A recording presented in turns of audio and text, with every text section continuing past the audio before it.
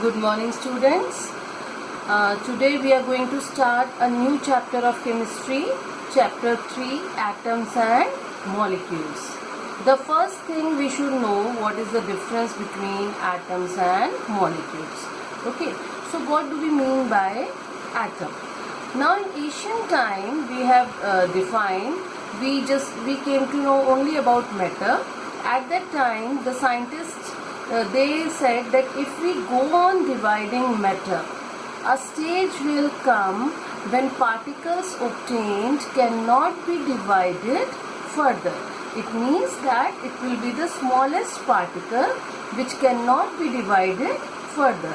Okay, and ancient Greek philosophers called these particles as atoms. Why did they call them as atoms? Because atoms meaning indivisible, okay, which cannot be divided further. So they named it as atom.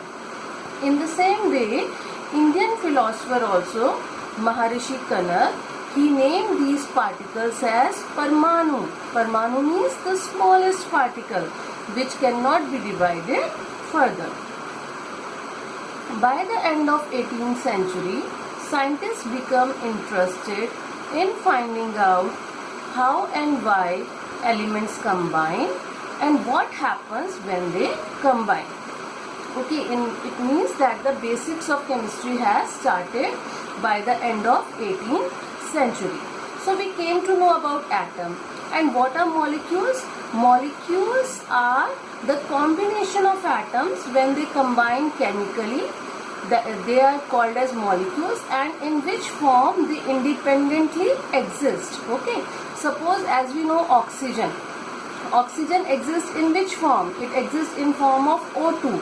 So O2 is a molecule and O is the atom. Okay, and suppose we say water is in which form? H2O. So H2O is the molecule. Okay, so we will study this in detail in further classes.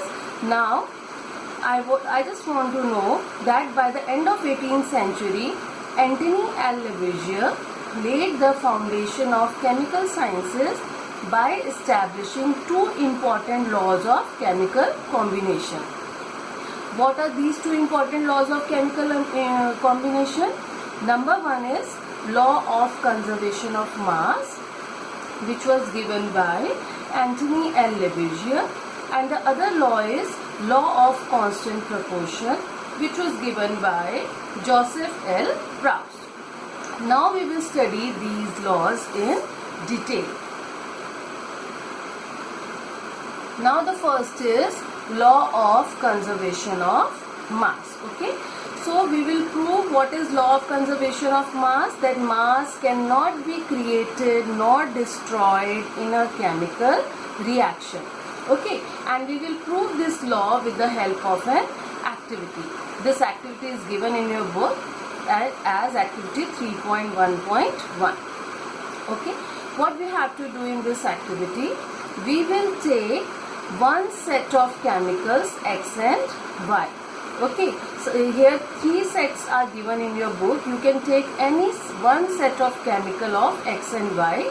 Suppose we have taken the first set, where X is copper sulfate and Y is sodium carbonate. Okay, after taking the set of chemicals, we have to prepare separately a solution of any one pair of substance listed under X and Y in water. We have to prepare this one set chemicals, a solution in water. Then the next, take a solution of Y in a conical flask. Solution of, here see the diagram, here we have taken one conical flask. We have to take solution of Y, that is sodium carbonate, in conical flask, and solution of X in a small test tube. Here we are seeing this small ignition test tube. We have to take solution of X in this. Okay, and hang the small test tube in a flask. Here we are saying that there is a thread. So we have to hang the small test tube in the flask carefully in this way that the solution do not get mixed with each other. Okay, after that we will put a cork on the flask.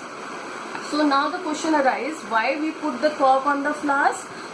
Because if the reaction happens, then if there are gaseous products, they should not escape out. They should remain in this system only. After this setup, what we will do, we will weigh the flask with its contents. We will weigh this complete system. Okay. Now, and we will note down whatever is the weight. Next step is, we will tilt and swirl the flask. Means we will move it and we will tilt and swirl the flask. Why? So that the solution of X and Y get mixed. Now when the solution of X and Y will get mixed, what will happen? Two chemicals are mixing, so chemical reaction will take place. Okay, but the system is closed with cork, no product will escape out. Now we will weigh this system again. Now we have to find out that the mass remains same or not. We have to find that does the mass of flask and its contents change it or not. So what will we observe? What is the observation? That no, mass do not change. We will find that the mass remains same. Okay, so this proves the law of conservation of mass, that mass can neither be created nor destroyed in a chemical reaction. You have to remember that in a chemical reaction, mass can neither be created nor destroyed. I have taken one example. Suppose this reaction, carbon plus oxygen gives carbon dioxide. Okay, so I will add the mass. Carbon 12 unit, O2 32, 16 into 2 32. Here also it is 12 plus 32. In both sides it is coming 44 gram. Okay, so what does it show? That mass of reactant before reaction is equal to mass of product. So this proves the law of conservation of mass. Okay, thank you.